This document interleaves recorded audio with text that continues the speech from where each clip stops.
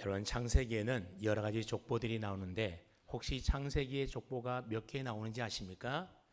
창세기에는 10개의 족보가 기록되어져 있습니다. 이 족보라고 하는 단어는 히브리어로 톨레도트라는 단어를 쓰고 있는데, 이 10개의 족보가 아무런 의미 없이 쓰여진 것이 아니라 나름대로 다 의미가 있기 때문에 성경에 10개라는 창세기에 10개라는 족보가 기록되어져 있는 겁니다. 그래서 창세기의 족보는 인류가 어떻게 시작이 되었고 그 인류가 어떻게 확산되어져 나갔으며, 그리고 그렇게 확산되어져 가는 많은 인류 가운데에서 하나님으로부터 선택받은 사람들은 누구인지, 누구를 통하여 어떤 계보와 족보를 통하여 이 하나님의 믿음의 역사가 흘러가고 계승되는지를 보여주고 나타내주고 증거하는 것에 뭐라고요? 그게 바로 족보가 하는 일이라는 겁니다.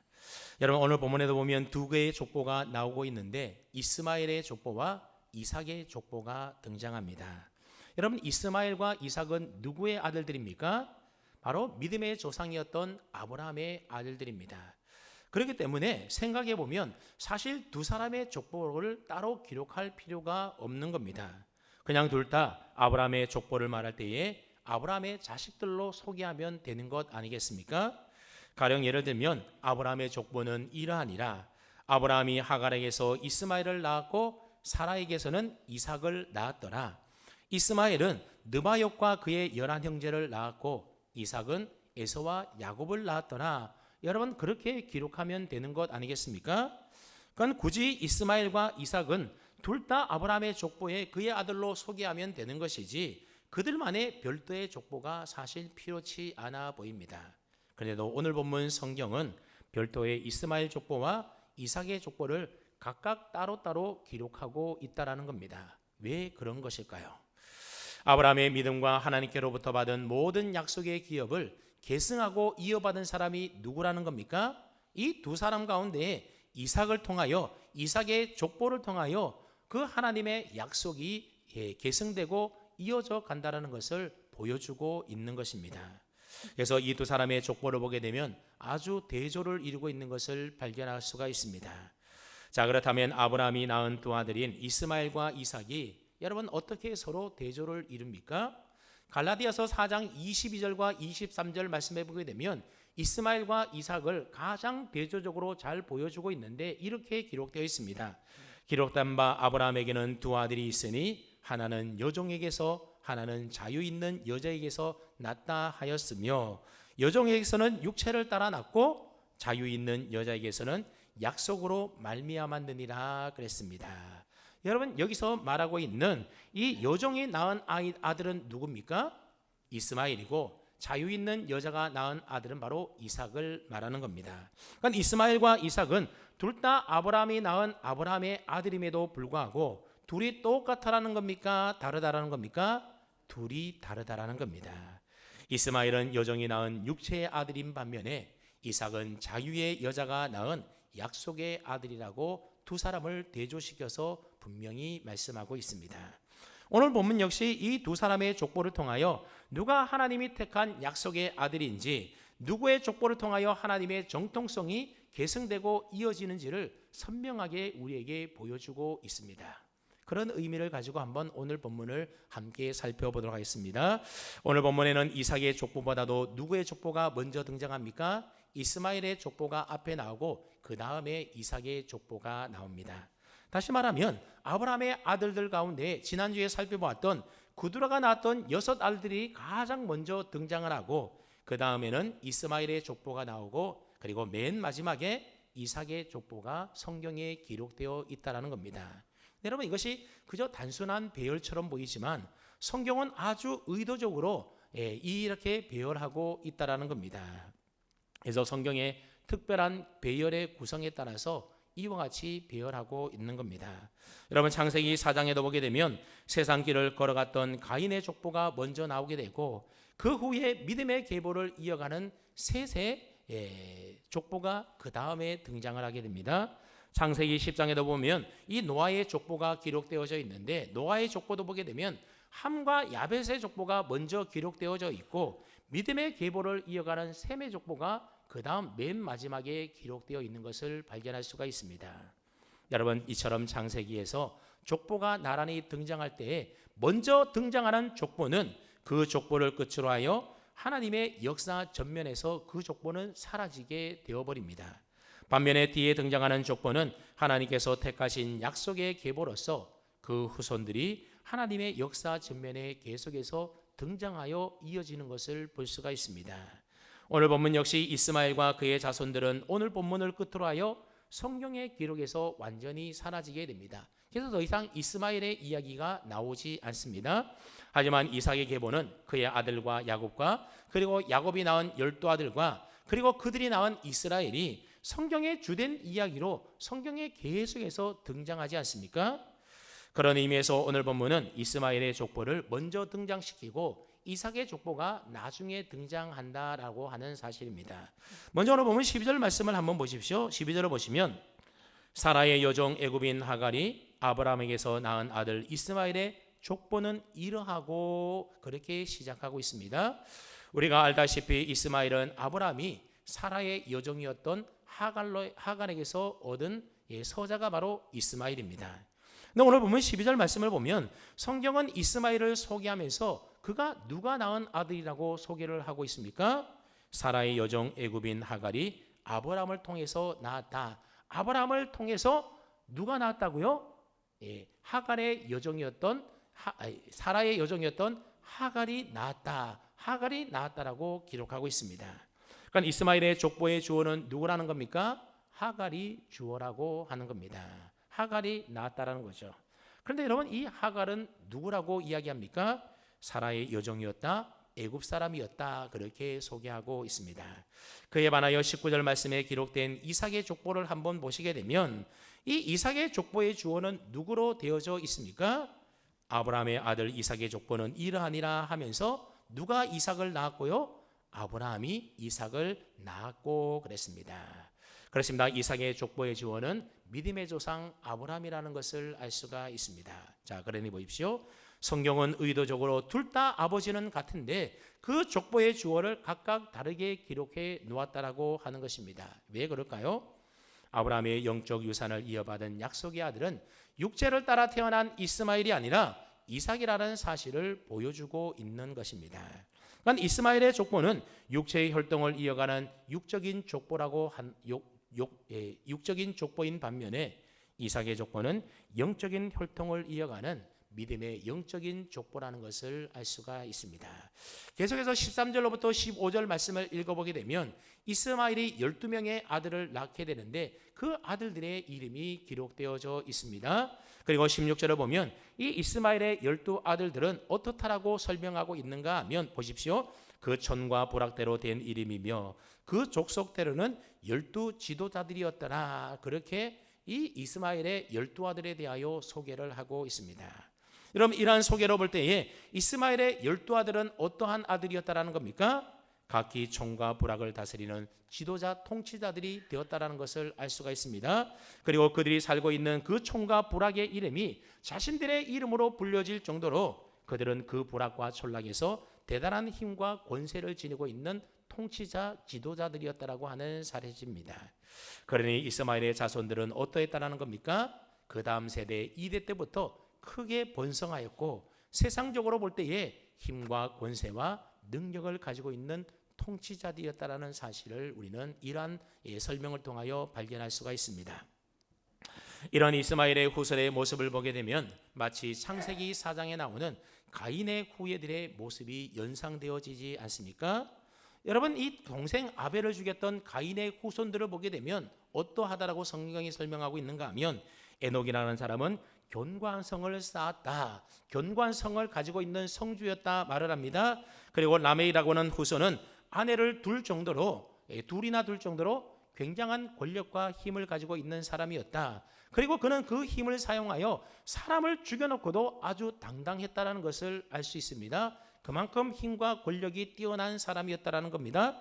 그리고 그 라멕이 낳은 자식들을 보게 되면 모두 다 하나같이 세상적으로 볼 때는 다 유력한 사람들이었다라고 성경이 설명하고 있습니다. 그래서 야발은 목축업을 하여 큰 부를 축적하는 사람이 되었다고 합니다. 그리고 유발이라는 아들은 수금과 퉁소를 잡는 자가 되어서 음악과 예능에 뛰어난 예술가가 되었다라고 밝히고 있습니다.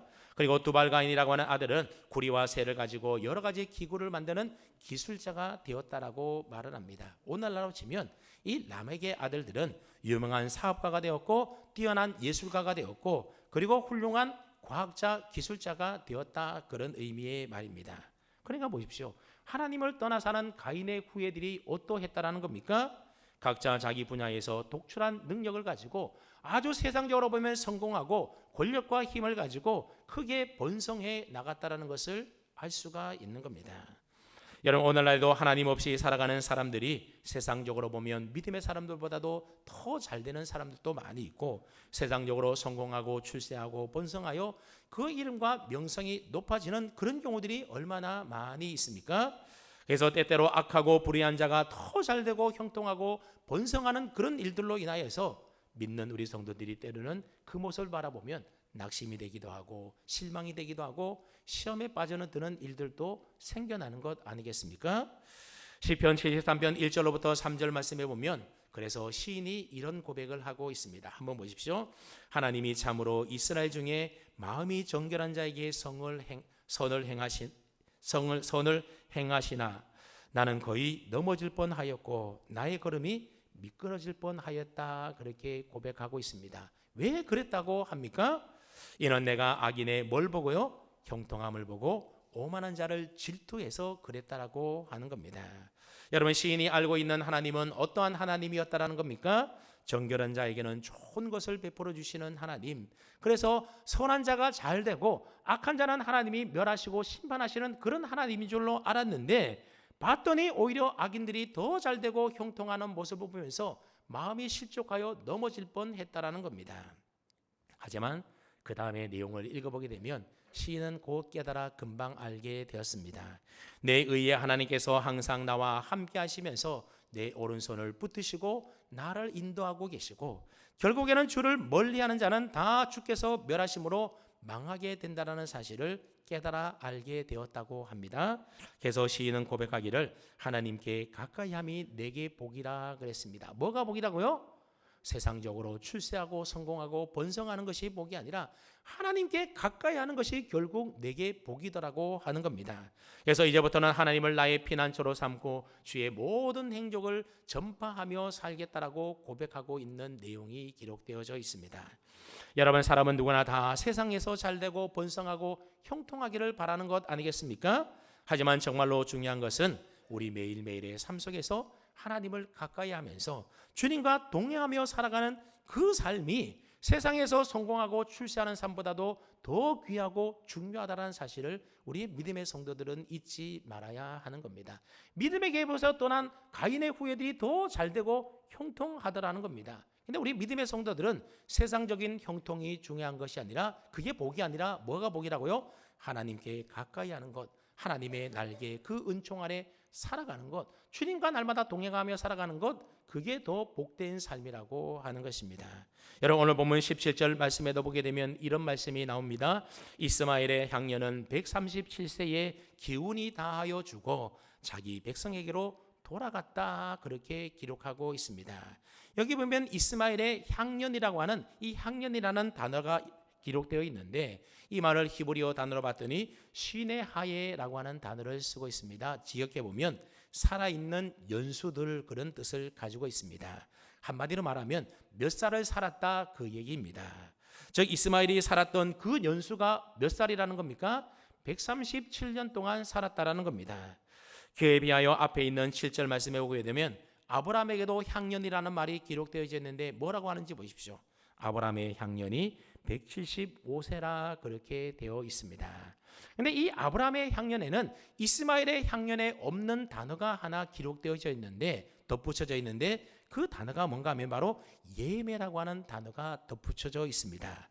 그래서 아브라함의 향년할 때 보면 예매 신의 하에 그렇게 되어 있습니다. 이 이스마엘의 향년에는 신의 하에 이렇게 되어 있는데 아브라함의 향년에는 예매 신의 하에 이렇게 되어 있다라는 겁니다. 예매라는 말이 덧붙여 있다라는 거죠. 그렇다면 이 예매라는 단어는 뭘 뜻하는 단어일까요? 하루하루의 날들이라는 뜻을 가지고 있는 단어입니다. 매일매일 하루의 날들을, 이게 바로 예매라는 뜻입니다. 그래서 직역하면 살아있는 연수의 나날들, 이게 바로 아브라함의 향년할 때 이 향년이라는 뜻의 말인 겁니다. 여러분, 아브라함이 살았던 생명의 나날의 횟수가 175년이었다, 그렇게 말하고 있습니다. 그런가 하면 창세기 35장에 보게 되면 이삭이 나중에 죽는데 몇 세에 죽는가 하면 180세에 죽게 됩니다. 그런데 이 창세기 35장 28절 말씀해 보게 되면 이삭의 나이가 180세라 그러면서도 여기에도 보면 향년이라는 말은 없지만 아브라함과 마찬가지로 하루하루의 날들이라고 하는 예매라고 하는 단어가 여기에 쓰여져 있는 것을 발견하게 됩니다. 자, 그러니까 성경은 하루하루의 날들이라고 하는 이 예매라고 하는 단어를 이스마엘의 죽음에는 기록하고 있지 않는 반면에 누구의 죽음에는 기록하고 있다고요? 믿음의 사람이었던 아브라함과 이삭의 그 죽음에 대해서는 예매라고 하는 나날들이라고 하는 그 단어가 따로 기록되어져 있다라고 하는 겁니다. 여러분, 왜 그런 것일까요? 그 차이가 도대체 뭐길래 이렇게 따로 누구에게는 기록되어 있고 누구에게는 그 예매라는 단어가 빠져 있는 것일까요? 아브라함과 이삭은 하나님을 경외하는 믿음의 사람들로서 그들 앞에 주어진 매일매일 하루의 삶이 하나님과 교제 안에서 믿음으로 주와 동행하는 그러한 삶의 나날들이었다는 것을 이야기해주고 있는 겁니다. 그렇게 하루하루 날마다 주님과 동행하면서 믿음으로 살았던 날들의 그 횟수가 얼마라는 겁니까? 아브라함은 175년의 향년이었고 그 다음에 이삭은 180년의 세월이었다라고 성경이 기록하고 있는 겁니다. 반면에 이스마엘의 삶은 하나님과 상관없는 육적인 삶이었기에 그가 산 삶의 나날들은 하나님과 동행하는 삶의 나날들이 아니었기 때문에 그저 그 세월의 횟수가 137년이었다, 그렇게 성경이 기록하고 있는 것입니다. 자, 그러니 보십시오.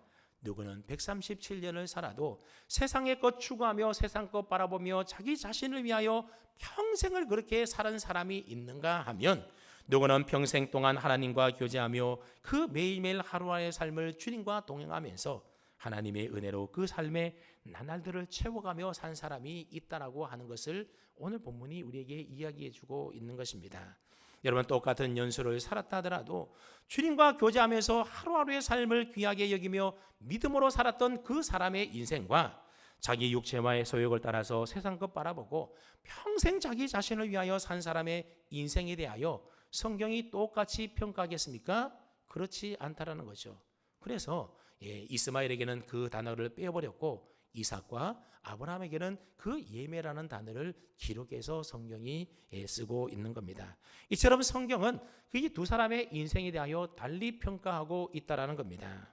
여러분, 사람이 죽고 나면 그 사람의 인생에 대하여 그 사람이 정말로 과연 제대로 잘 살았는지 못 살았는지 사람들이 나름대로 평가를 내리는 것 아니겠습니까? 그런데 정말로 중요한 것은 사람들의 평가가 아니라 하나님이 보실 때 어떠했는지 하나님의 평가가 정말로 중요하다라는 겁니다. 사람들이 아무리 그 사람이 한평생 참 잘 살았다, 좋게 평가한다 하더라도, 그가 살아서 행했던 업적을 기리며 칭송한다 하더라도 하나님 보시기에 그 사람의 인생이 별로였다, 그 사람 인생 악했다 그러면 그 사람 인생 실패한 인생이지 않겠습니까? 열왕기하 14장에 보게 되면 북이스라엘 왕들 가운데 가장 오래 통치했던 여로보암 2세 왕에 대한 이야기가 기록되어져 있습니다. 근데 이 여로보암 2세는 41년 동안 북이스라엘 왕국을 통치했는데 세상적으로 볼 때는 참으로 훌륭한 업적들을 많이 남겼던 훌륭하고 위대한 왕이 바로 여로보암 2세입니다. 왜냐하면 다윗 이후로 빼앗겼던 영토를 크게 확장했습니다. 뿐만 아니라 광범위한 국제 무역을 통하여 솔로몬 시대에 못지않는 큰 번영을 누렸던 시기가 언제였는가 하면 바로 이 여로보암 2세 왕 때였습니다. 만약 역사학자가 그에 대하여 기록을 한다면 무슨 위인전 쓰듯이 그의 업적을 하나하나 상세하게 기록하면서 그를 위대한 왕으로 아주 높이 평가했을 것이 분명해 보입니다. 마치 우리나라 세종대왕처럼 말이죠. 근데 성경은 그런 여로보암 2세에 대하여 뭐라고 평가하는지 아십니까? 열왕기하 14장 24절 말씀해 보시면 여호와 보시기에 악을 행하여 이스라엘에게 범죄하게 한 느밧의 아들 여로보암의 모든 죄에서 떠나지 아니하였더라, 그렇게 악하게 평가하고 있습니다. 여러분, 여로보암 2세가 했던 얼마나 많은 위대한 업적들과 치적들이 있겠습니까? 성경은 그러한 이야기 다 빼버리고 오직 그가 하나님 앞에 범죄하며 살았다라고 하는, 악하게 행하며 살았다고 하는 아주 짧은 글로서 그의 인생을 평가하고 있다라는 겁니다. 그렇습니다. 여로보암 2세는 세상적으로 보면 참 훌륭한 업적을 많이 남긴 훌륭한 왕이지만, 그는 하나님을 등지고 하나님에게서 떠난 그의 삶에 대한 성경적인 평가는 뭐라는 겁니까? 여호와 보시기에 악을 행하였다. 여러분, 여호와 보시기에 악을 행하였다면 그 인생 성공한 인생이겠습니까? 결국 실패한 인생 산 것 아니겠습니까? 그렇습니다. 우리 인생에서 가장 중요한 일은 살아있는 하루하루의 그 나날들 동안 창조주 하나님을 기억하며 사는 것입니다. 그 하나님 앞에서 먼저 그의 나라와 의를 구하며 내 생명 내 호흡 다하는 그날까지 주님과 동행하면서 하나님을 찬양하는 그 삶을 살아가는 것, 매일매일 하루 삶을 주님과 함께 살아가는 그 삶이 정말로 중요한 것 아니겠습니까? 세상에 위대한 업적 남기느라고, 세상에 성공하고 출세하느라고 그 나날들을 하나님과 함께 교제하며 보낼 시간들을 세상 일들을 위하여 허비하다가 하나님으로부터 악하다고 평가받으면 그 인생 허망해지고 말게 되는 것입니다. 그렇습니다. 여러분, 우리가 아무리 오래 산다 해도, 아무리 크게 성공하고 훌륭한 업적을 많이 남겼다 하더라도 자칫 우리 인생이 허무하게 끝나버릴 수 있다는 사실을 기억하십시오. 오늘 본문 17절 말씀을 보시면 이스마엘이 기운이 다하여 주고 누구에게로 돌아갔다고 합니까? 자기 백성에게로 돌아갔다 말하고 있습니다. 여기서 자기 백성은 누구를 말하는 것이겠습니까? 이 족보의 주어인 하갈에게로 돌아갔다, 그 말입니다. 하갈은 이미 한 줌의 흙이 되지 않았겠습니까? 결국 이스마엘과 그의 족보에 등장하는 아들들의 육적인 삶이라고 하는 것은 세상적으로 보면 대단하게 거창하고 화려하고 번성하고 출세한 것처럼 보일지 모르지만, 그들의 인생의 결국이라는 하 것은 한 줌의 흙으로 돌아가는 공동묘지와 같은 인생일 뿐이었다라고 하는 겁니다. 그래서 이스마엘 족보는 바로 그것을 우리에게 이야기해 주고 있습니다. 그뿐만이 아닙니다. 18절 말씀에도 보면 이스마엘의 자손들이 어디에 거주했다고 합니까? 하윌라에서부터 아스루로 통하는 애굽 앞 술까지 이르러 거주했다고 합니다. 오늘날로 치면 예멘 북쪽 지역에서부터 이집트 근방의 술 광야에 이르는 방대한 아라비아 광야 지역에 그들의 후손들이 분포하며 거주하며 살았다라는 겁니다. 그런데 오늘 본문에 보면 모든 형제의 맞은편에 그들이 거주했다라는 말을 덧붙여서 기록하고 있습니다. 왜 그런 것일까요? 여기서 말하는 형제의 맞은편에 거주했다라고 하는 말은 그들이 그냥 서로 마주보고 살았다 이런 의미가 아니라 서로 화합하지 못하고 형제끼리 싸우며 대적하며 살았다, 그런 의미의 말인 것입니다. 하나님 없이 자기 육체의 소욕을 따라서 물질적 번영을 추구하며 살아가는 그들의 인생의 결국이라고 하는 것이 뭡니까? 한 줌의 흙으로 끝나는 인생일 뿐만 아니라 살아있는 동안에도 같은 형제끼리 다투고 분쟁하고 싸우고 갈등이 끊이지 않는 그런 허무한 인생 추구하며 살더라고 하는 것입니다. 이것이 바로 이스마엘 족보가 우리에게 보여주는 하나님 없이 살아가는 세상 사람들의 삶의 단편적인 모습이라는 것을 우리에게 보여주고 있습니다.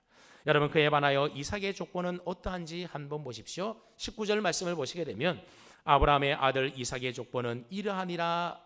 아브라함이 이삭을 낳고 그랬습니다. 앞서 이야기했던 것처럼 이삭의 족보의 주어는 누구입니까? 믿음의 조상 아브라함입니다. 아브라함이 하나님께로부터 받은 모든 언약과 축복의 유업을 다 누가 물려받고 계승했다라는 겁니까? 이삭이 물려받고 계승했다라는 겁니다.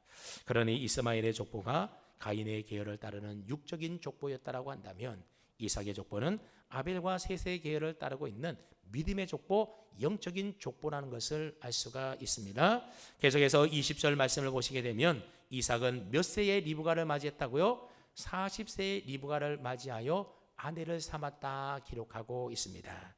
앞서 24장에서 이삭이 리브가를 아내로 맞는 장면이 나오는데 그때 이삭의 나이가 몇 세였다라는 겁니까? 40세였다라는 겁니다. 여러분, 요즘에도 40세에 결혼하면 늦은 나이지 않습니까? 근데 그 당시에는 지금보다도 훨씬 더 일찍 결혼한 시기였습니다. 그러니까는 그 당시에 이삭이 40세에 결혼했다는 것은 굉장히 그의 결혼이 늦었다라는 것을 알 수가 있습니다. 그렇다면 왜 이렇게 이삭의 결혼이 늦어지게 된 것일까요? 그것은 바로 이삭이 믿음의 아내를 얻기 위해서 그런 것입니다.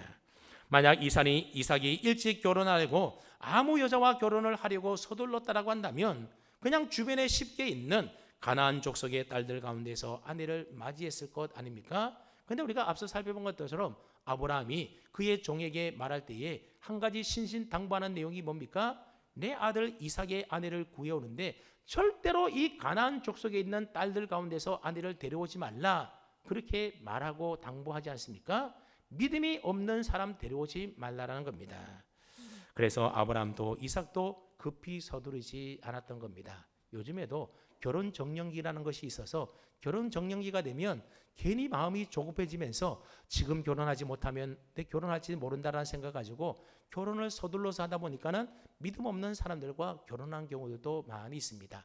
그저 믿음 보고 결혼한 것이 아니라 조건 다져서 그냥 웬만큼 괜찮으면 그냥 서로 결혼하고 사는 경우들이 있지 않습니까? 근데 아브라함과 이삭은 그렇지 않았다라는 겁니다. 결국 어디에 가서 이삭이 아내 리브가를 데리고 옵니까? 20절 하반절 말씀을 보시게 되면 리브가는 바담 아람의 아람 족속 중에 부두엘의 딸이요 아람 족속 중에 라반의 누이였더라, 그렇게 소개하고 있습니다. 사실 성경에서 여자 이름이 족보에 거론된 것도 참 쉽지가 않은 일인데 그녀의 신상이 소개되는 경우는 더욱더 이례적인 일이었던 겁니다.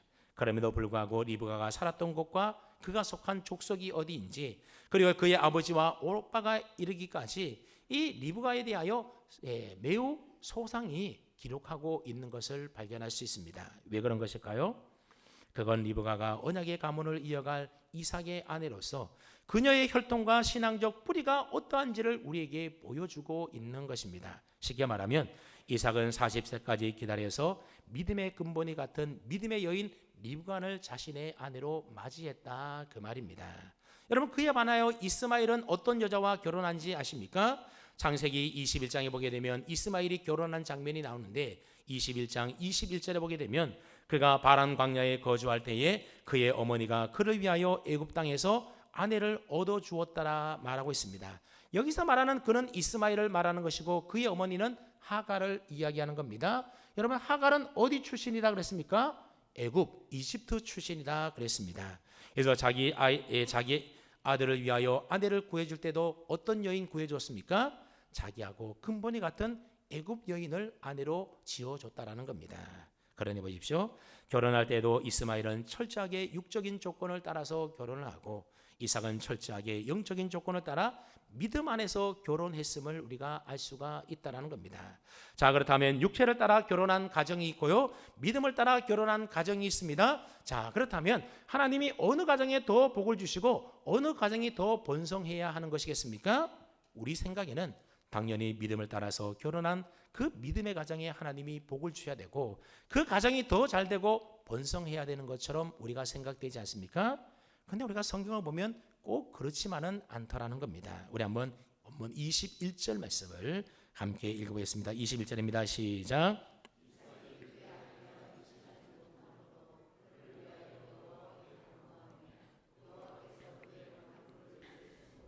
그 아내 리브가가 임신하였더니 하나님은 아브라함에게 하늘의 별처럼 많은 자손과 후손을 주시겠다, 그렇게 분명히 약속하고 언약하지 않았습니까? 그래서 아브라함이라는 이름을 아브라함이라고 이름을 바꿔주기도 했던 겁니다. 그리고 그 약속의 성취로 이삭을 주셨다라고 한다면 이삭의 후손으로부터 많은 자손이 태어나는 것이 마땅해 보인다라는 겁니다. 그런데 이삭의 가정에 자식이 생깁니까? 안 생깁니까? 자식이 생기지가 않는 겁니다. 자그마치 몇 년 동안요? 20년 동안이나 그랬다라는 겁니다. 육적인 조건을 따라 결혼한 이스마엘은 12명의 아들을 그렇게 낳았는데 약속의 아들 이삭은 그의 아버지 아브라함과 마찬가지로 결혼한 지 20년이 됨에도 불구하고 자식을 낳지 못했다라는 겁니다. 근데 그때 이삭이 어떠했다고 성경이 말씀합니까? 이삭이 그의 아내가 임신하지 못함으로 그를 위하여 여호와께 뭐 했다고요? 간구하며 기도했다라는 겁니다. 그랬더니 어떻게 됐다고 말합니까? 여호와께서 그의 간구를 들으셨으므로 그의 아내 리브가가 임신하였다 말하고 있습니다. 이것이 바로 이삭이 그의 아버지 아브라함과 다른 점인 것입니다. 아브라함은 사라가 임신하지 못하자 어떻게 했습니까? 사람의 생각과 인간적인 방법을 다 동원해서 사라의 여종이었던 애굽 여인 하갈을 취하여 아들을 낳았는데 그 아들이 누구였다고요? 그 아들이 이스마엘이었던 겁니다. 그런데 이삭은 리브가가 임신하지 못하자 아버지와 달리 하나님 앞에 간구하며 기도했다라는 겁니다. 기도했더니 하나님이 응답해 주셔서 리브가가 드디어 20년 만에 임신을 하여 아이를 낳게 되었습니다. 그래서 여러분, 하나님의 약속이 더디 이루어질 때에 이삭은 조급해하지 않고 모든 인생의 문제의 해답이 되시는 하나님을 찾았고 하나님 앞에 나아가 간구했다는 사실을 오늘 본문이 강조하고 있는 것입니다. 그래서 여러분, 여러분의 인생에 하나님의 약속이 더디 이루어질 때에 어떻게 하라고요? 하나님 앞에 나아가 기도하라는 겁니다. 또한 오늘 본문은 하나님의 언약이 아무런 어려움 없이 자동적으로 쉽게 저절로 이루어지고 성취되는 것이 아니라 기도를 통하여 이루어지고 성취된다는 사실을 오늘 우리에게 가르쳐주고 있는 말씀입니다. 이렇게 말씀드리면 여러분 가운데 좀 이상하게 들으실 분이 있는지 모르겠는데 때로는 우리가 너무나 하나님을 신뢰한 나머지 기도하지 않을 때가 있다는 겁니다. 여러분, 이삭의 경우를 한번 보십시오. 이삭은 하나님이 자신의 삶을 여호와 이레로 차질 없이 다 예배해 주시고 인도해 주신다라는 사실을 너무나도 확실히 경험했던 사람이 이삭이지 않습니까? 그는 이미 어렸을 때의 이삭은 모리아산에서 여호와 이레를 체험했던 믿음의 사람입니다. 이러한 경험은 결혼하는 과정 가운데서도 동일하게 체험을 했습니다. 이러한 체험을 통하여 이삭은 하나님께서는 당신의 뜻에 조금도 어긋남 없이 차질함 없이 그 모든 계획하신 일들을, 그가 하신 모든 약속들을 신실하게 반드시 이루어지고 성취해 주시나라는 신실하신 하나님이라는 사실을 이삭은 분명히 믿고 있었다라는 겁니다. 그러니 자식의 문제도 마찬가지지 않습니까? 이삭은 자신의 하나님의 약속의 성취로 태어난 아들임을 분명히 알고 있었습니다. 다시 말하여 사람의 무능력함과요, 게으름과 연약함, 재성 이런 것이 우리 가운데 있음에도 불구하고 하나님은 그 약속하신 하나님의 능력으로서 그 모든 약속하신 것을 하나님의 때에 하나님의 방법으로 반드시 이루어 주신다라는 그 믿음이 이삭에게 있었던 겁니다. 그 믿음의 증거가 바로 자기 자신이지 않습니까?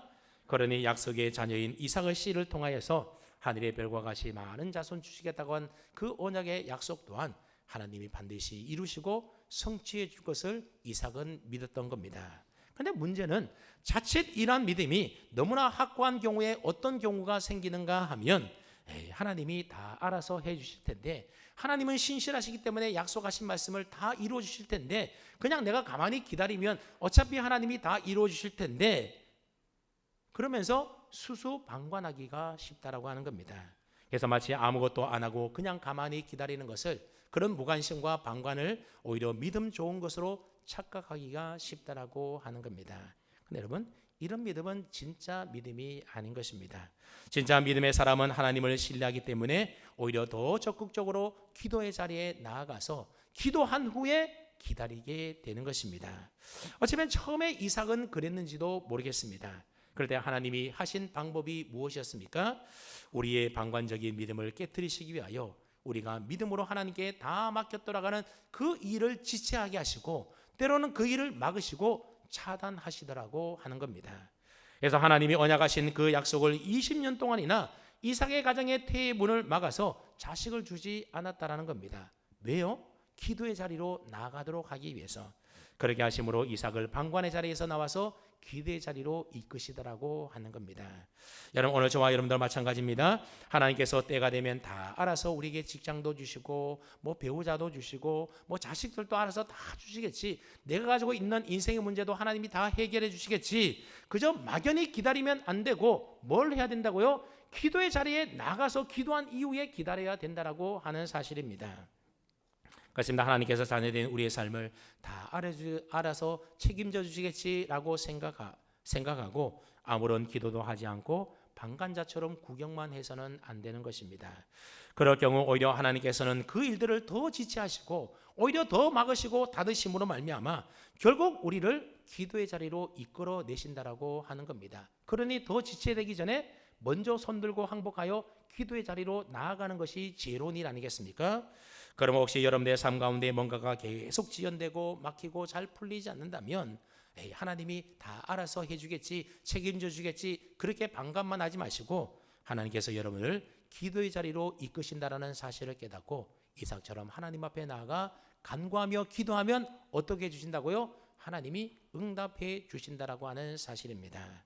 그렇습니다. 두 번째로 방관하는 것도 아닌데 하나님은 때로는 오랫동안 약속의 응답을 지체할 때 또한 있다라고 하는 사실입니다. 왜 그렇습니까? 약속의 응답이 지체되어야만 하나님의 도우심을 구하게 되는 것이고, 도움을 구해야만 기도의 자리에 나아가게 되는 것이고, 기도의 자리에 나가야만 우리가 응답받는 것 아니겠습니까? 그리고 하나님으로부터 응답의 그 경험과 체험이 있어야만 그 모든 일들을 내가 한 것이 아니군요, 결국 하나님이 내게 다 이루어주시군요 하면서 하나님을 인정하게 되고 하나님을 고백하게 되고 하나님께 영광을 돌릴 수 있게 되는 것입니다. 그럴 때 비로소 귀로만 듣던 하나님을 우리는 눈으로 배울 수가 있는 것이고요, 머리로만 믿던 하나님을 살아계신 하나님으로 체험함으로 알게 되는 것입니다. 여러분, 만약 리브가가 결혼하자마자 임신을 하였다고 한다면 이삭이 굳이 기도할 필요가 있었을까요? 기도의 자리에 나갔을까요? 아마 그러지 않았을지도 모릅니다. 20년이 지나도 아이가 생기지 않고 약속이 성취되지 않았기에 비로소 기도의 자리에 나갔던 것 아니겠습니까? 20세기 기독교 최고의 변증가로 알려진 C.S. 루이스는 이런 이야기를 했습니다.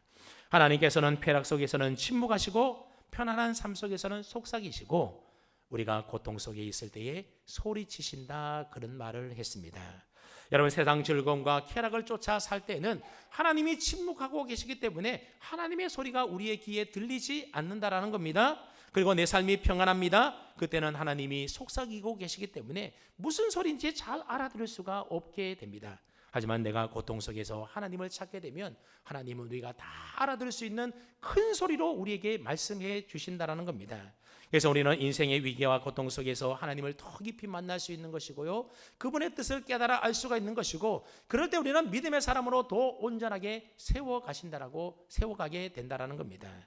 그렇게 볼 때 우리 인생에서 겪게 되는 때로는 결핍함들요, 부족함들, 그리고 지연됨, 막힘과 차단과 같은 인생의 고통들은 우리로 하여금 기도의 자리로 더 나아가서 온전하신 하나님을 만나서 우리의 입술의 시인 정도가 아니라 마음 깊은 곳에로부터 참된 하나님을 증거하고 선포하도록 만들어준다라고 하는 사실입니다. 하나님은 지금 이삭의 가정에 불임이라고 하는 결핍과 지연을 통하여서 믿음의 가장인 이 이삭을 기도의 자리로 더 온전한 믿음의 사람으로 하나님이 세워가고 있다라는 겁니다. 그러기에 기도하여 응답하게 하심으로 이제부터 아브라함 아버지의 그 신앙의 그늘로부터 벗어나게 합니다. 그가 생생하게 체험한 살아계신 하나님을 붙들고 의지하며 살아갈 수 있도록 독립적인 신앙인으로 세워가게 되는 것입니다.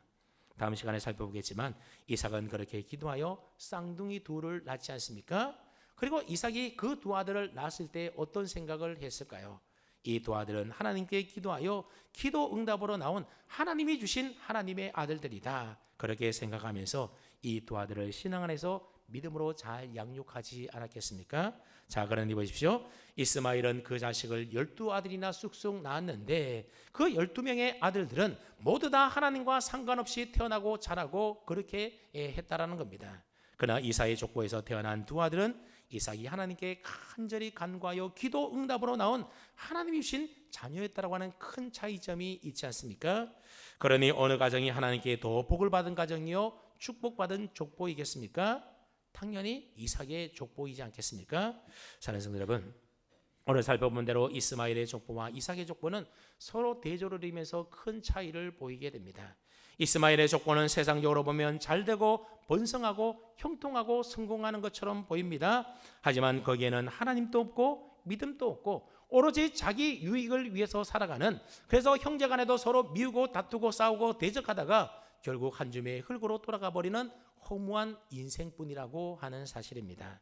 하지만 이삭의 족보의 사람들은 세상적으로 볼 때는 좀 부족하고 모자라고 결핍되고 때로는 막히는 것처럼 보일 때도 있다라는 겁니다. 그러나 그들의 삶의 중심에 하나님을 모시고 그 하나님 앞에 나아가 기도하여 응답받는 진정한 축복의 영적인 축복을 계승하고 이어가는 믿음의 사람의 족보가 뭐라고요? 그게 바로 이삭의 족보였다라고 하는 것입니다.